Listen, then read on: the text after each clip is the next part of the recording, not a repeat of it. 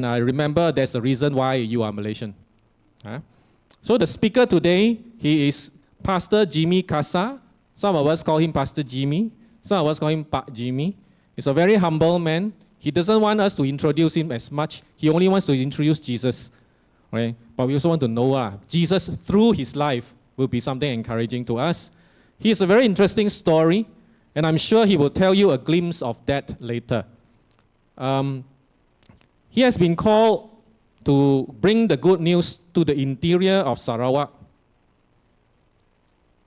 since 19 years ago. 19 years ago.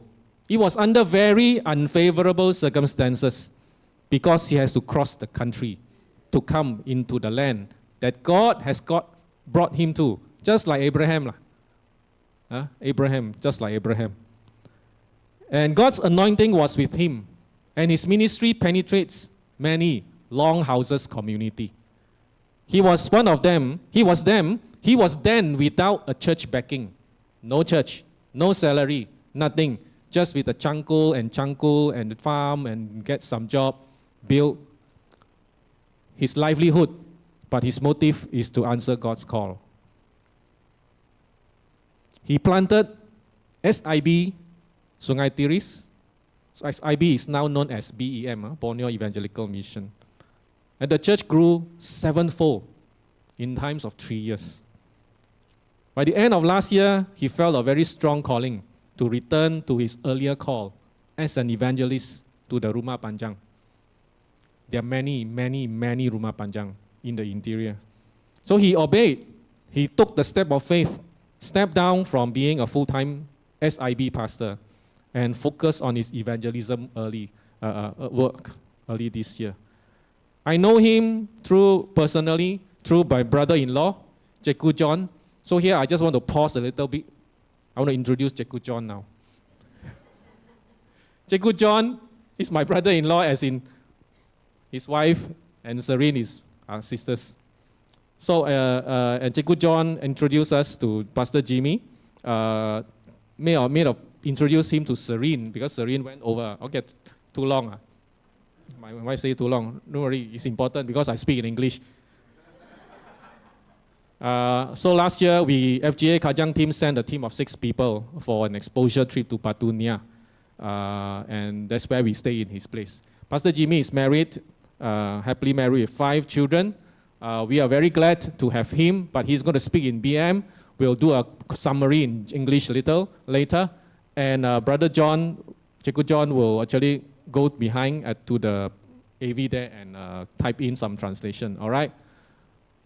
All right, praise the Lord. Let us welcome Pastor Jimmy to the pulpit. Kita perkenalkan.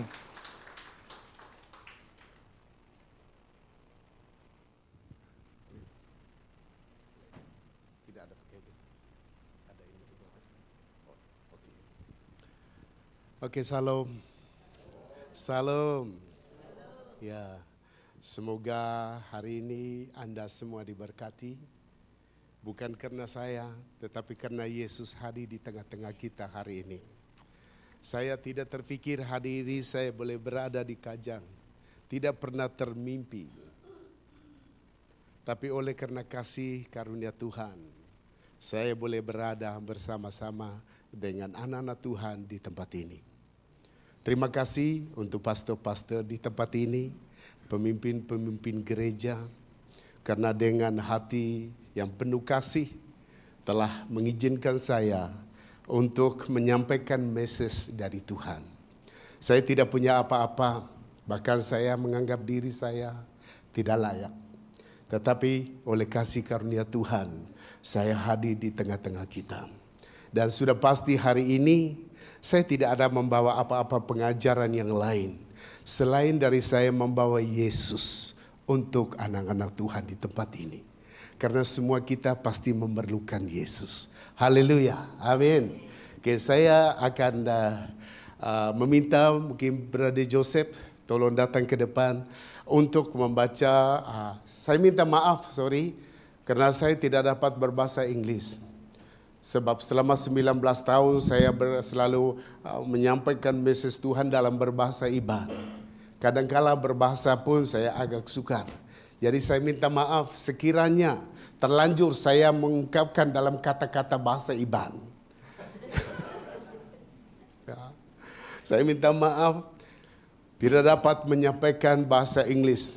Tapi berkaitan dengan hari ini, kita memperingati hari ke-50, di mana hari Pentakosta, di mana Roh Kudus turun di tempat ini. Saya juga percaya dan saya juga berdoa bahwa saya menyampaikan dalam bahasa Malaysia, tetapi Roh Kudus yang akan memberitahu kamu dalam bahasa Cina, Roh Kudus akan berbicara kepada kamu dalam bahasa India, dalam bahasa apa saja yang Anda punya bahasa sendiri.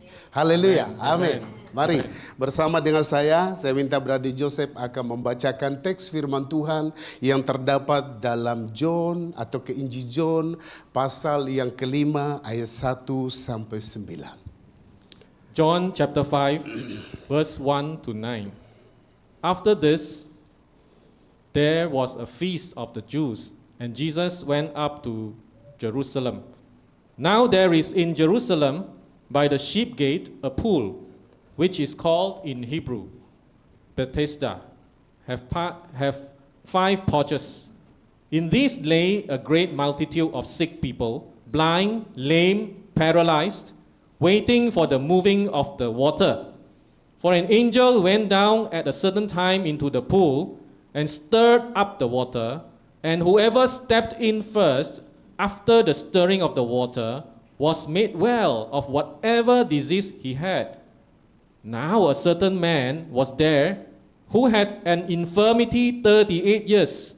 When Jesus saw him lying there and knew that he already had been in that condition for a long time, he said to him, "Do you want to be made well?" The sick man answered him, "Sir, I have no man to put me into the pool when the water is stirred up. But while I am coming, another steps down before me." Jesus said to him, "Rise, take up your bed and walk." Immediately, the man was made well, took his bed and walked. Haleluya. Demikianlah firman Tuhan.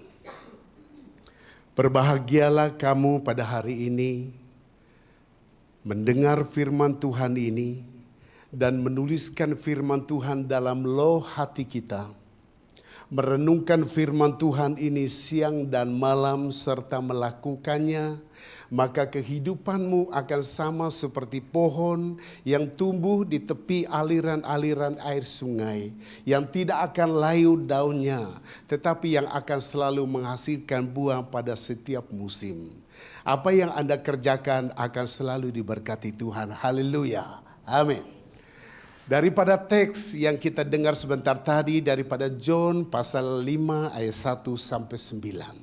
Saya mengambil satu tema yang berkata bahwa jawaban doa yang luar biasa. Ataukah jika Tuhan menjawab doamu akan jauh melebihi daripada apa yang kamu inginkan. Saudara-saudara yang dikasihi, dalam teks ini memberitahu bahwa ada satu peristiwa di Yerusalem, orang Yahudi sedang merayakan perayaan hari raya orang Yahudi. Dan Yesus hadir di perayaan itu. Di kota itu ada satu pintu gerbang domba, dan di situ ada sebuah kolam yang dinamakan dalam bahasa Ibrani adalah Bethesda. Dan di situ ada 5 serambi. Dan di serambi-serambi itu ada banyak sekali orang yang berbaring di situ. Yaitu orang-orang sakit, orang-orang lumpuh, orang-orang buta, dan orang-orang yang mengalami berbagai penyakit dan penderitaan. Dan ketika Yesus datang di tempat itu, Yesus sangat mengasihi semua mereka yang ada di tempat itu. Dan yang menarik perhatian Yesus, ada seorang yang sudah lama menderita penyakit. Orang itu sudah 38 tahun menderita lumpuh. Dan dia tidak dapat bergerak dengan bebas. Kenapa mereka berbaring di kolam itu, saudara-saudara? Menurut cerita dalam Alkitab, bahwa di kolam itu selalu jadi tanda-tanda mujizat yang luar biasa. Ketika malaikat turun dari surga ke kolam itu, air itu akan bergoncang. Dan ketika air bergoncang, orang yang pertama-tama datang ke kolam itu, dia akan sembuh daripada segala penyakitnya. Dan ketika Yesus melihat orang yang sudah terlalu lama sakit selama 38 tahun, Yesus berkata kepadanya, "Maukah engkau sembuh?" Tapi orang itu menjawab, "Tuhan, tidak ada orang yang menolong saya untuk menuntun saya ke kolam itu. Sebab sewaktu-waktu air itu bergoncang, saya sementara menuju ke kolam itu, orang lain sudah mendahuluinya." Yesus berkata, "Bangunlah, angkatlah tilammu dan berjalanlah." Ayat 9 berkata, seketika itu juga orang yang sakit lumpuh selama 38 tahun bangkit, berdiri dan berjalan. Haleluya, amin. Inilah kuasa Tuhan Yesus kita yang luar biasa.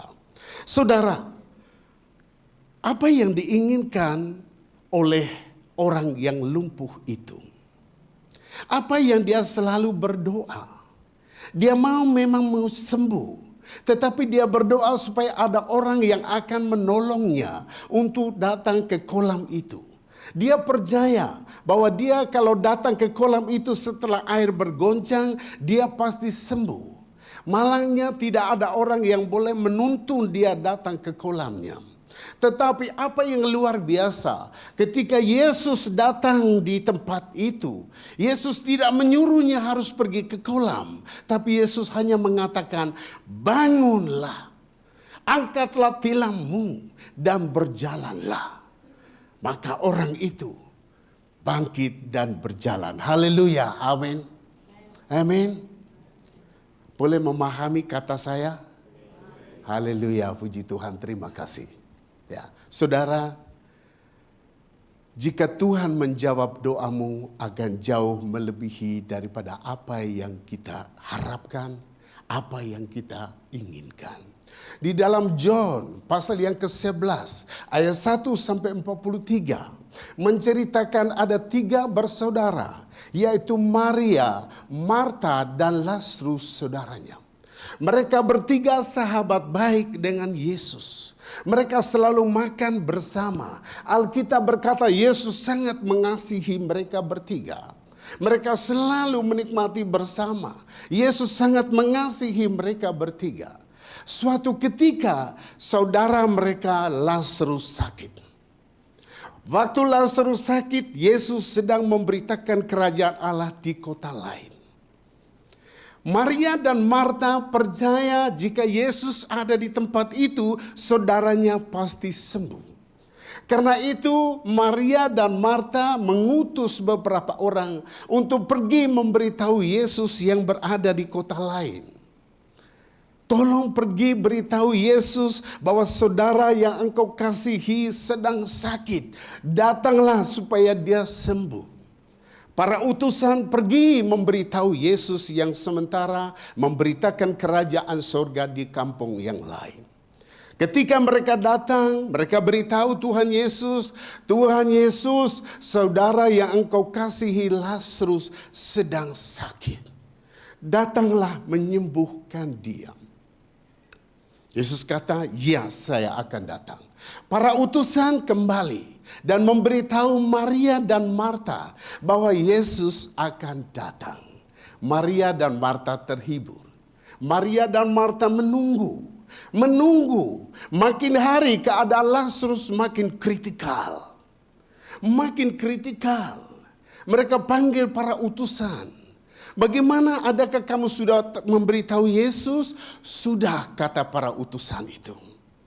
"Adakah kamu beritahu bahwa keadaan Lazarus sangat kritikal?" Para utusan bilang, "Sudah." Mereka menunggu dan menunggu. Saudara, 4 hari Yesus tidak kunjung tiba. Lazarus mati. Setelah Lazarus mati, 4 hari setelah Lazarus dikuburkan, baru Yesus datang.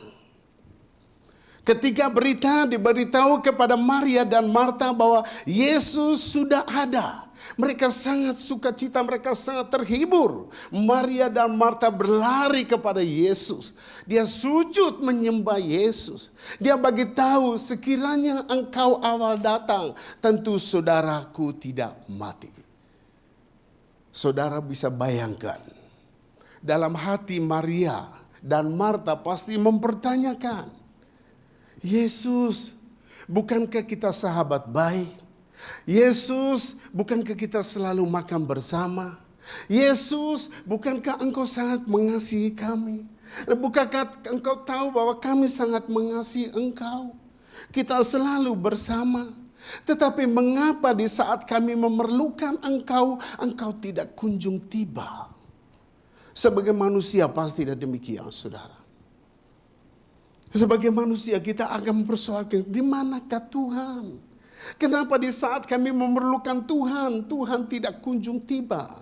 Kenapa kami memerlukan Tuhan, jawaban tidak kunjung tiba? Tapi saudara, dia bertanya, di manakah kamu baringkan dia? Marta berkata, mari Tuhan, lihatlah. Yesus menangis. Ayat 35 berkata, Yesus menangis.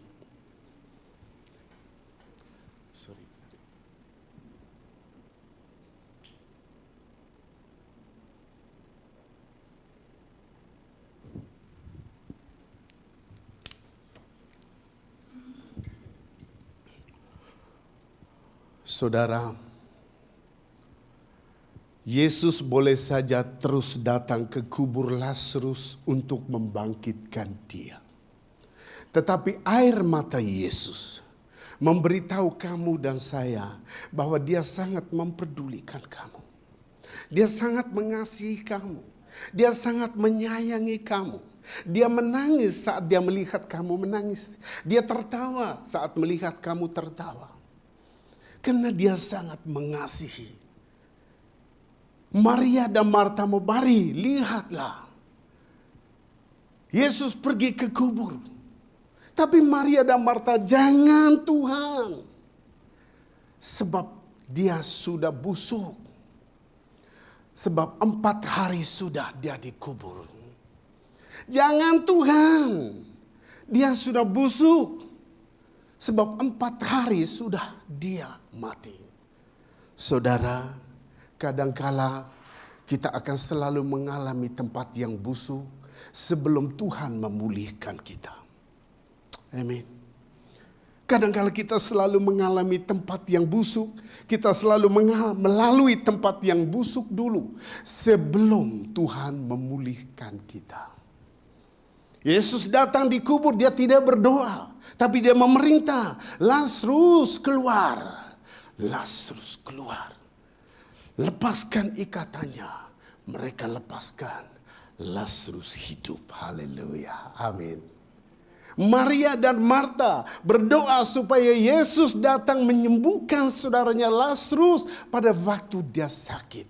Ketika Tuhan menjawab doanya, jauh melebihi daripada apa yang mereka harapkan. Yaitu membangkitkan saudaranya yang sudah mati hidup kembali. Haleluya, amin. Kebangkitan Lazarus itu membawa kemuliaan Tuhan yang luar biasa. Sehingga seluruh bumi, seluruh dunia memuji Tuhan. Mengatakan bahwa Tuhan ajaib, Tuhan luar biasa. Haleluya, amin. Di dalam Kejadian pasal yang ke-37, saudara-saudara, ayat 5-10. Yusuf dikatakan mempunyai mimpi yang besar untuk menjadi seorang pemimpin. Tapi sebelum dia menjadi pemimpin, dia mengalami penganiayaan yang sangat dahsyat. 41 baru mimpinya digenapi ketika Yusuf diangkat untuk menjadi orang nomor 2 di Mesir. Sebelum itu Yusuf mengalami penganiayaan yang luar biasa dari saudara-saudaranya. Dia disiksa, Dia dilemparkan ke dalam perigi. Dia dijual kepada orang. Dia dijual lagi kepada Potifar. Tetapi Yusuf tetap takut akan Tuhan. Yusuf tetap percaya bahwa di mana saja, walaupun dia mengalami penderitaan, penganiayaan, dia percaya bahwa Tuhan selalu menyertainya. Sampai di Mesir dia difitnah lagi. Sudah itu dia dipenjarakan tanpa punya sebab, saudara-saudara. Dia dipenjarakan. Di dalam penjara dia menafsirkan mimpi para juru roti dan juru minum. Dan mimpi yang ditafsirkan itu tepat sekali. Apa pesan Yusuf? Yusuf memesan bahwa jikalau kamu sudah dibebaskan, ingatlah saya. Yusuf berdoa supaya dia dibebaskan daripada penjara. Yusuf berdoa mengharapkan bahwa ada orang yang akan menjamin dia supaya dia boleh bebas dari tempat penderitaan itu. Tapi Alkitab berkata bahwa mereka melupakan Yusuf di dalam penjara. Saudara, tiba waktu yang telah ditetapkan oleh Tuhan. Tuhan menjawab doa Yusuf. Yusuf bukan saja keluar daripada penjara, tetapi dia keluar lalu diangkat menjadi pemimpin nomor 2 yang paling tinggi di Mesir. Haleluya, amin. Amin. Dia berdoa supaya dia keluar dari tempat penyiksaan itu, tempat yang gelap. Dia berdoa supaya dibebaskan karena dia dipenjarakan tanpa sebab. Karena dia mempertahankan kekudusannya. Karena dia takut akan Tuhan. Dia tidak mau terjebak di dalam dosa. Tapi dia difitnah sehingga dia harus dipenjarakan. Maka itu dia berdoa, tolong saya harap Tuhan boleh melepaskan saya. Karena saya berada di tempat ini bukan kesalahan. Tapi saya difitnah. Lalu ketika Tuhan menjawab doanya saudara, jauh melebihi daripada apa yang dia harapkan.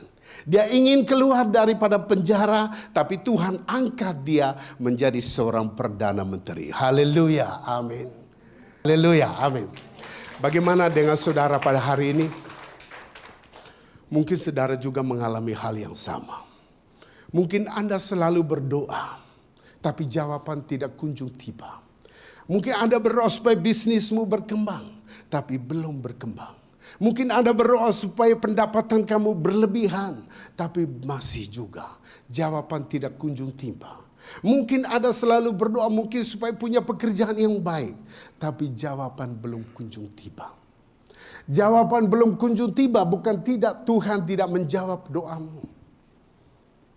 Bukan Tuhan tidak menjawab doamu. Ataukah bukan karena kamu tidak berkenan? Kamu akan mendengar suara yang akan menuduh kamu daripada si iblis. Dia akan datang beritahu kamu bahwa bagi Tuhan tidak menjawab doamu sebab kamu masih berdosa. Suara itu akan datang memberitahu kamu tidak layak. Kamu masih berdosa. Tapi saudara, kebenaran bahwa saat Anda percaya kepada Yesus, dosamu sudah diampuni. Haleluya. Hari ini Anda datang kepada Tuhan, dosamu sudah diampuni. Ya, tertulis dalam Injil Markus pasal 2 ayat yang ke-5. Ada 4 orang mengusung seorang lumpuh datang bertemu Yesus hanya dengan harapan supaya mendapat kesembuhan. Ketika Yesus melihat iman mereka, ungkapan pertama-tama bahwa, hai anakku, dosamu sudah diampuni. Padahal mereka datang bukan memohon ampun, hanya memerlukan kesembuhan. Tapi jawaban Tuhan melihat hati. Haleluya, amin. Tuhan melihat hati kita saat kita datang dengan sungguh-sungguh. Yesus adalah anak domba Allah yang menghapus dosa kita.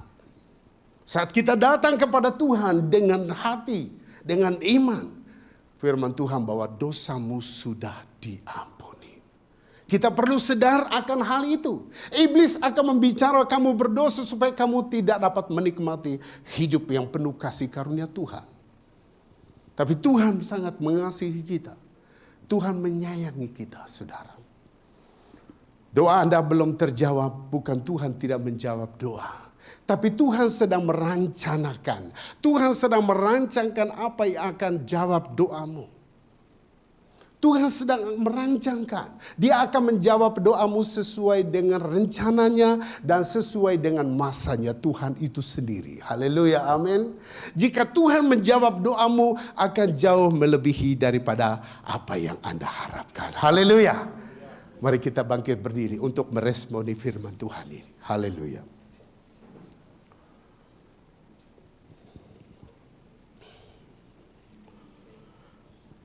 Renungkan kembali firman Tuhan yang sudah saya sampaikan. Mungkin keterbatasan kamu karena tidak terlalu fasih dalam berbahasa Malaysia. Tapi berdoalah bahwa Roh Kudus akan berbicara. Apa yang saya sampaikan, Roh Kudus akan memberi pengertian. Mari kita berdoa Bapa Surgawi. Hari ini saya telah menyampaikan firman-Mu. Semua anak-anak Tuhan di tempat ini mereka sudah mendengar. Mereka mengerti. Ada sebilangan orang yang tidak mengerti karena keterbatasan untuk memasang bahasa. Saya sendiri tidak punya kepakaran untuk menjelas dalam bahasa Inggris. Tuhan saya berdoa, Roh Kudus Engkau berbicara. Tuliskan firman Tuhan dalam loh hati setiap para pendengar firman Tuhan pada hari ini. Saya berdoa kasih karunia Tuhan memenuhi hati mereka. Saya berdoa kerajaan Allah turun di tempat ini. Kehendak Bapa terjadi di tempat ini. Haleluya Yesus. Saya berdoa Tuhan, puaskanlah mereka dengan aliran-aliran air hidup yang akan memberi kepuasan kepada mereka, yaitu Roh Kudus. Oh haleluya Yesus. Glory bagi Tuhan. Haleluya Yesus. Terima kasih Bapa, dalam nama Tuhan Yesus saya berdoa dan mengucap syukur. Haleluya. Amin. Amin. We praise the Lord. Let us give God a clap offering. Maybe some of you don't understand. It's not so easy to summarize this, but it is just God can exceed your expectation when you pray. So in the testimony of Pastor Jimmy, no IC, no citizenship. He's not even from that land. But God has turned things around miraculously. Then he has got an IC, the wife got an IC, the children be able to be schooled. And he got a stepfather, and all this happens. God is good. He is miracle working God. Miracle happens in the East Malaysia. It can happen in West Malaysia as much as it is in the East. Because it's the same God. This one will bring glory to the Lord. If any one of you wants to be prayed for and want to see miracle happens in your life, surrender yourself to Jesus. And you can come out as we sing this song. And Pastor Jimmy will pray for you. Miracles, signs and wonders, and lead. Ask His Spirit to anoint. Ask His Spirit to empower.